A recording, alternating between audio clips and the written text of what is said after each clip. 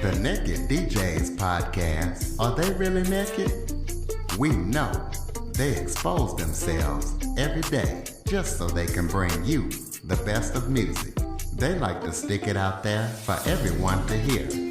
You can hear their podcast on Anchor.fm, YouTube, and any of your favorite podcast platforms.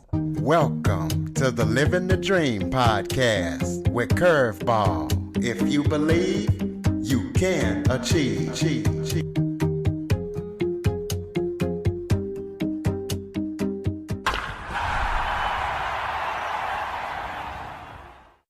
Welcome to the Living the Dream with Curveball podcast, a show where I interview guests that teach, motivate, and inspire. Today, I'm going to be talking to Tampa-based family lawyer, Seth Nelson. Seth is known for devising creative solutions to difficult problems. And the main thing we're going to be talking about today is divorce. You know, divorce is very prevalent in our society. So we're going to be talking to him about his experience and all things divorce. So Seth, thank you so much for joining me today. Well, thanks for having me. It's a pleasure to be here. It's good to hear your voice. Well, why don't you start off by telling everybody a little bit about yourself? I don't think I'm a lot different than most people. I get up every day, go to work, want to do a nice job for people, want to take some time for myself and make sure I exercise and eat healthy, spend quality time with family. And I think that's really important, especially with the job that I have, because I see so much destruction that people bring to their soon-to-be former spouses, maybe their former spouse, and most importantly, their kids and even themselves. Well, tell us what made you want to you're a family lawyer, so what made you want to get into specifically divorce? I've always had a calling to help people. And there's a lot of different ways you can help people. A lot of just amazing guests that have been on your show have helped people through diagnosis and disease, have helped coach kids and see them blossom into young adults and adults. I've chosen to go into the law. My grandmother and my grandfather actually met in law school at Fordham Knight Law School. My grandmother, of course, in 1923 couldn't practice law because she was a woman. My uncle was a lawyer. My mother was a lawyer. And so I was kind of destined to be a lawyer. And there's many different areas of law that you can go into to help people. But I find helping families and trying to get them through probably one of the most difficult times in their lives has just been very fortunate to me. And when you get a thank you at the end of a case, or I'm a better parent, or I spend more quality time with my kid now, or I was really worried about how I was going to get divorced and still be able to retire. And when you get those thank yous, it kind of motivates you to get up the next day and do it all over again. Well, talk about how practicing divorce law is different than any other areas of law that can be practiced. It's one of the most emotional areas of the law. So you've heard this before. There's an attorney and counselor of law. And I focus a lot on that counseling part, not in a mental health way, or if someone is suffering from depression, I want to get them to the right mental health professionals. But in Florida and in all family law cases, we have what we call the shifting sands. That's a term that I use. And I'm going to compare and contrast that to a criminal case.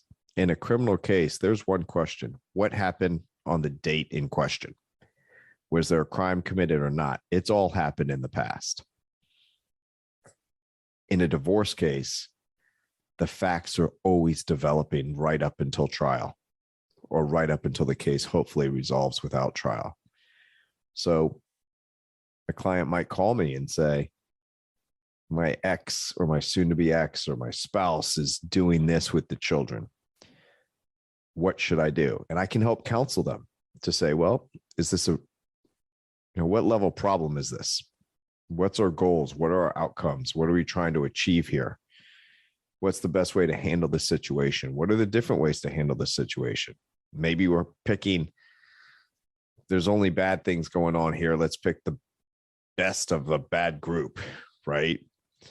So I like the fact that I can help counsel people through it, help them solve their problems, and help them navigate the most difficult thing they might go through in their life, which is getting a divorce, separating their finances, separating their lives, separating their children from themselves or their spouse, and figuring out how you can best parent kids when you're not living under the same roof.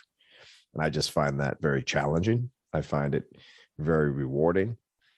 And I find that being able to counsel those people through that process, and the process is horrible. There's no getting around that. But if we can just make it a little bit easier or end it a little bit quicker, then maybe we can do some good thing for kids and parents, and even if you're going through divorce without kids. In your experience, what is the main reason that you see that people get divorced? It's going to sound like, really, that's it? It's communication. I do see a lot of mental illness and a lot of relationships that break up over that. Sometimes there's domestic violence. So I'm not talking about those types of cases, but I think most divorces come by a breakdown in communication. It's death by 1,000 cuts. It's people not taking the time every day to spend quality time with their spouse. We get busy. We focus on our careers. We're worried about providing. We're worried about taking care of the children. We're going our separate ways. Our lives have grown apart and we can't find a way to reconnect. That's all communication. And I think it's vitally important that you maintain connectivity with your spouse on a daily basis. Now, whether that's getting up and having a cup of coffee in the morning together before things get crazy, whether that's making sure at night you have a glass of wine or a cup of tea, or you have dinner together every night, whatever the case may be. Maybe you go for a walk. Maybe you guys like to exercise together. Maybe it's just 5 minutes, but that 5 minutes where you can connect and talk about your day or your hopes or your dreams or your fears, and being able to communicate like, hey, I just want to spend some time with you. And maybe I just want to complain about my day. I'm not asking you to fix anything. I just need someone to listen. Tell me it's going to be okay. Tomorrow will be better. But I think that breakdown in communication is the single most leading cause of divorce, barring any mental health issue or domestic violence issues. How long do divorces take to happen, and how much do they cost?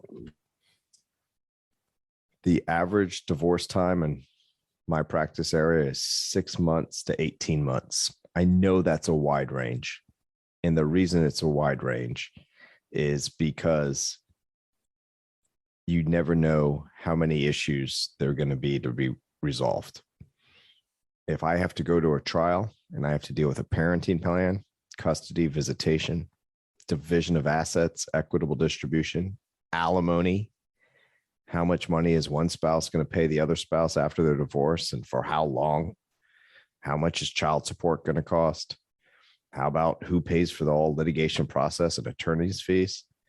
If you're arguing about all that every step of the way, and you have some lawyers who will not work together and try to get the case through the system quickly, that case can go on 18 months, 2 years, even longer. And it's horrible.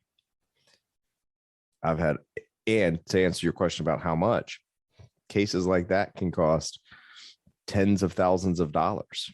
If there's complex financial issues, if people have been hiding money and you need to hire experts like a forensic accountant to dig into their checking accounts and credit card statements, and someone owns a business and they're hiding money in the business and you have to do a business valuation.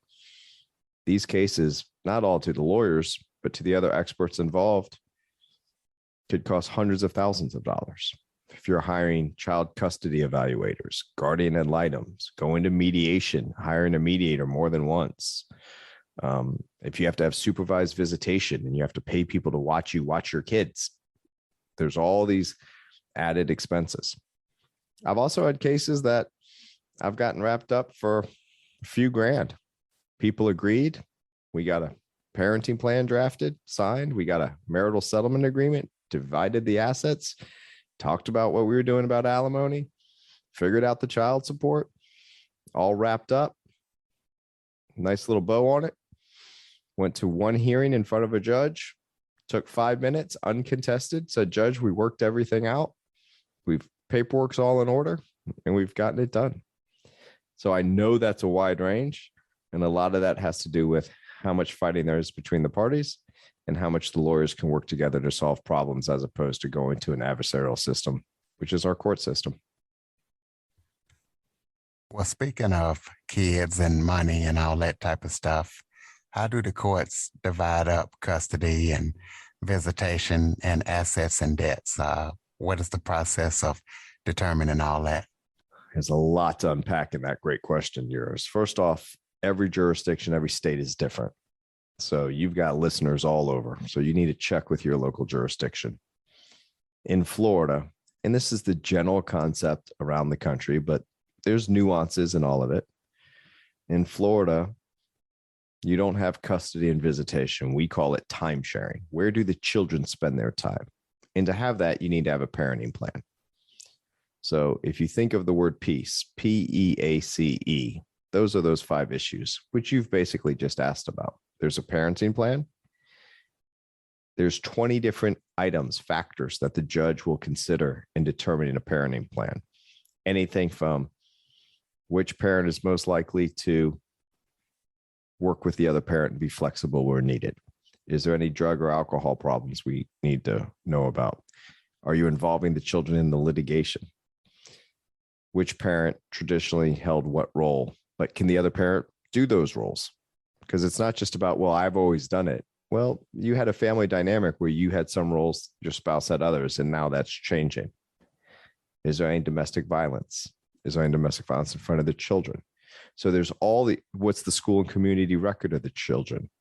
How far apart do the parents live now? And what's the viability of having time sharing every few days, or is it too far to get a kid to school in the morning? So there's all these different factors that the court will consider in developing a parenting plan. People will come in and say, I want 50-50. And that's a position. I was divorced when my son was just 2.5.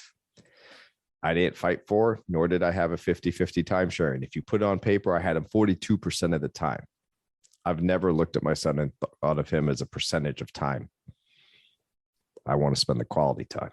And we have a great relationship. He's about to be 18. Courts will never be able to give you quality time. They're just going to give you time. It's up to you what you do with it.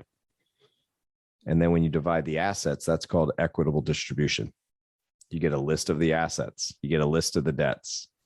You determine whether they're marital debts or marital assets.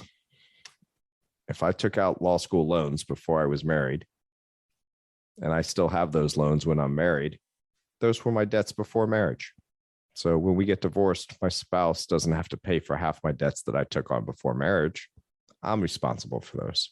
But if I was married and going to law school, and during the marriage, I took out those law school loans, in Florida, she's responsible for half those loans, even though obviously I'm getting the benefit because I got the education. In other jurisdictions, that's different. Who's going to get the house? You got to buy the other person out of the equity of the house. Do you have to get their name off the house, the note, the mortgage? How are you going to do that? Can you refinance? And they go through this process and they put it on what's called a schedule of equitable distribution. That's just fancy words for an Excel spreadsheet. And we determine if it's marital or non-marital, what's the value and who's going to get it. And then you try to make it equitable at the end. Alimony is always a hot topic. That's what I was going to ask next about alimony and child support. Yep. That's the P, the E, the A, the C. You're going right down the list. Alimony is always a hot topic. In Florida today, which might be different a week from now or 15 days from now, because the Florida legislature just passed an alimony reform bill. But sitting here today, it is based on someone's need and the other person's ability to pay. So how do you define what someone's need is? Well, what do we typically spend during the marriage on that person to sustain them in the same standard of living? Not for the children, but what's the rent or the mortgage, the car payment, the insurance? How often, do they have Netflix, and what are they doing for subscriptions and going to the gym and groceries? And what about anything from car insurance, health insurance, life insurance?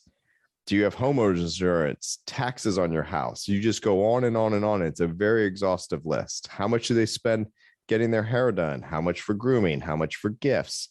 How much for clothes? How much is their gas every month? You just get this whole big list.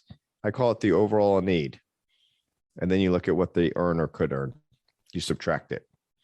If they have savings at the end of the month, they don't need alimony. They can support themselves.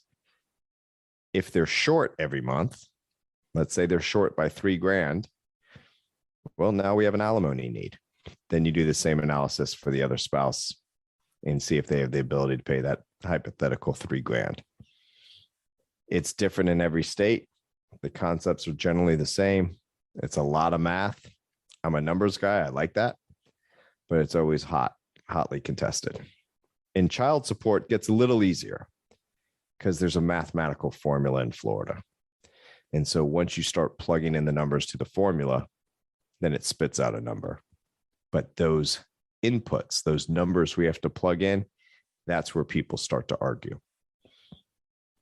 How many overnights does each parent get? That's part of the equation. That's why they're going to argue over that custody or visitation that we call time sharing. What's their net incomes? If you have a W-2 employee, it's pretty easy to figure out their net income.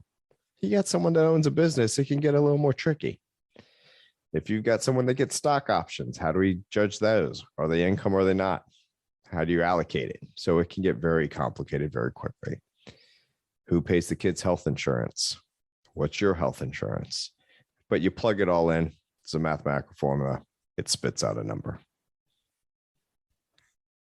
So let's say a person wants or needs to get a divorce, but they can't afford an attorney. What do you do in that case? How do they handle that? It's a great question. You're not required to have an attorney to get a divorce, and the state will not provide one for you. It's not a criminal case. So if you don't have an attorney, it's called pro se. You're representing yourself, and they'll have a case manager that will try to help you through the process and fill out the proper forms. There's some legal organizations that will put on forms clinics and help you fill out the forms. Sometimes if you just don't have the money, people will pay for a lawyer on a credit card. Sometimes they'll say, I don't have any cash flow. I'm really every paycheck, I'm living paycheck to paycheck, but I've got equity in my house and we're going to sell the house at the end. Will you wait to get paid? But it's very, very difficult. And unfortunately, in our society, people with more substantial means can usually hire the lawyers. And then sometimes if you don't have much money at all, then you can get some assistance from different organizations. But a far majority of the people in the middle who are hardworking, honest people that just are going through a rough time in their life, they just can't afford it. And there's no little legal services to help them. And they're kind of out there on a boat without a rudder. And it's a shame. Well, talk about mediation. Tell us what, for those who don't know, tell us what that is and how that works. So a mediator is an independent, neutral third party. and their job is not to make any decisions. That's not what they do. And I've mediated. I'm a certified Florida family law mediator, certified by the Florida Supreme Court. And what I do when I'm wearing my mediator hat is picture a wife in a conference room with her attorney and a husband in a separate conference room with his attorney. I never bring them together. It's too emotional. And my job is to go from room to room, back and forth, identify the issues that they are bringing to me. I don't create them. I don't ask if there's any others. I don't say, hey, don't forget about this, because I can't insert myself like that. Tell me what the issues are and let me see if I can get an agreement. And the way I would do that is people get positional. I want the house. Okay. Explain to me why it's so important for you to have the house. What is it that makes you say, I want the house? And then if they say, well, because the kids are in a good school district and I want them to stay in that school district. Okay, well, one way to do that is to stay in the house. But another way to do that is to sell the house and get a different house in the same school district. So we might just have to talk those issues through. And I don't take a position that one is right, one is wrong, one is good, one is bad. I just try to work the problems. And I go back and forth from room to room and try to narrow the issues. And ultimately, their lawyers will tell me what to draft on the legal document, the parenting plan or the marital settlement agreement. And then the mediator will be the scrivener and draft it out. Lawyers review it. Hopefully everyone signs it and people can get their case done. That's different than a judge. A judge will make the decisions. They don't try to bridge the gap. They get presented with the case, they go. And also mediation is all confidential. You want to put your best offer forward. You want to talk openly and honestly to help resolve your case. And that's why we keep it confidential, because you don't want something said in mediation to come back and hurt you if you don't resolve your case and now you have to go to trial. So even though you're spending, your days in court and stuff, you also have a podcast. So tell us about that and what you do on your podcast. What you talk about. It's kind of you to ask. It's called How to Split a Toaster. It's a divorce podcast about saving your relationships. It's 100% about the divorce process, what people go through. But we will talk about things that don't happen in court. It's not a quote unquote legal podcast where I'm going to sit there and drone on and on and on and try to tell you how to solve your case or what the intricacies and nuances of our Florida family law. We might talk to you about, hey, you're getting a divorce. We had an interior designer on to talk about how you set up two separate houses so kids feel comfortable at both houses. We've talked to a lot of different amazing people that have set up support groups for people going through divorce. We've talked to mediators. We've talked to parent coordinators. We've talked to guardian ad litems. We've talked to other lawyers that have litigated against me, opposing counsel. We just taped a podcast today about that and what's wrong with our system and how to improve it. We might talk about, we just had one recently about how do you pay for college? What do the colleges look at when you're applying for financial aid if parents are divorced? We've gotten a lot of great feedback. We've gotten a lot of listener questions and engagement. And I just throw it out there to the world. And it's been a lot of fun. And it's a serious topic. And we just try to bring some levity to it with my co-host, Pete Wright, who is brilliant and asks really inquisitive questions. Well, you just helped me think of a couple of inquisitive questions. Actually, it'll be a two-part question. You talked about what is wrong with the system and how to fix it. So kind of tell us about that, and also about the college thing. What do the colleges look at if you have separate parents and financial issues? Well, I'll do the college one first. It depends on the college. So some colleges, if you're applying from financial aid, will say, we need to see the finances of both parents, whether you're divorced or not.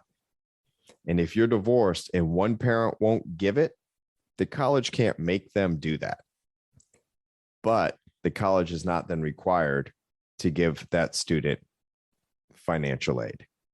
So it's just a shame if a parent's not going to produce their finances to help a child get financial aid. Some colleges will say, I'm going to look to the custodial parent or the parent that has the child the most time, and we're just going to look for their finances. And if the other parent doesn't want to give their finances, we're not looking at that. We're going to focus on the one parent. But as you know, people get remarried. So they look at the whole household. So they might look at the actual mom. And if the mom remarried, they might look at stepdad's finances as well. And you can find this information usually in the financial aid section on college's website, but you got to look for it. Now, what's wrong with the legal system? The problem with the legal system when it comes to divorce, it's an adversarial system. That's what our legal system is based upon. So immediately you're putting parents or people that are own property together, share pets together, live together against each other. And I don't think that's the best way to solve problems. And if I can get a good lawyer on the other side that's about problem solving and try to keep our clients out of court and solve their problems of parenting, equitable distribution, alimony, child support, paying the fees for all this process, then you can get somewhere. But when you put two people in a trial with lawyers who are going to advocate for their clients, which by definition means they're against the other client, those parents are going to hate each other walking out of that courtroom. And that's not going to help their kids. And I have litigated difficult cases against great lawyers because we couldn't get our clients to settle, though we both tried. I'm friends with those lawyers today. I don't take things personally. I don't hold grudges against lawyers, or if a judge makes a mistake or what clients say or do. I'm doing my job. I'm doing my best. But those lawyers might walk out and still be friends, but those parents won't. And those parents are not going to sit next to each other during sporting events, class plays, award ceremonies. And that's going to hurt that kid. So I think the system immediately puts them adversarial when that's not what a divorce should be. You're having a rough time enough. It's hard enough. You're getting divorced for a reason. Let's not make it worse by throwing you into the Coliseum to battle it out. Absolutely. Do you have any current or upcoming projects that people need to know about? Well, we're working really hard within our firm to always stay focused on the clients and improving our systems. We just hired a wonderful woman, Devising, who is our chief operating officer, who's helping us always improve our systems and be more streamlined to keep the costs down for our clients. That's really exciting. It's not something that you can really see from the outside, but it's really having an impactful impact on how we practice law and help our clients. The podcast is always, as you know, a lot of fun to do. It takes a lot of work. People don't see the behind the scenes, and with my producers and sourcing guests and getting guests. And I was so thankful to have you reach out to me to be on your show. And it's always an honor and a pleasure to be able to talk about what I'm passionate about and spread the word on other people's podcasts. So, and then I try to spend quality time with my family, which is always a work in progress. Well, I'm definitely glad to have you on. I'm sure a lot of my listeners have a lot of divorce questions. And speaking of that, give out your contact information to where people can connect with you and see what you're doing, and maybe if you got some resources. Absolutely. So you can always reach me at Seth@nelsoncoster.com. That's NELSON Koster. If you just Google how to split a toaster, we're going to pop up as a divorce podcast on, and you can look there and email us and ask questions. And I'm just always available. The office number is 813-350-7890. And even on the website, I have it where potential clients can click and make an appointment. And divorce doesn't happen from 9 to 5. So I try to make myself available after hours and on the weekends as well, while still making time for my family. And what's that website? It's www.nelsoncoster.com. That's NELSONKOSTER.com. But also we're on Facebook and Instagram and How to Split a Toaster, and you'll find us. Well, hopefully no listeners listening to this show or this episode are planning on getting a divorce right now. But in case you are, or you know somebody that is planning on getting one, share this episode to as many people as possible so they can get their questions answered. Nelson is a great attorney. He gave us a lot of good information. So I want to thank him for joining us and say, listeners, if you are an Android user, go to the Google Play Store and download the Living the Dream with Curveball podcast app. Nelson, thank you so much for joining me today. Oh, thanks for having me. It was great. For more information on the Living the Dream podcast, visit www.djcurveball.com. Until next time, stay focused on living the dream.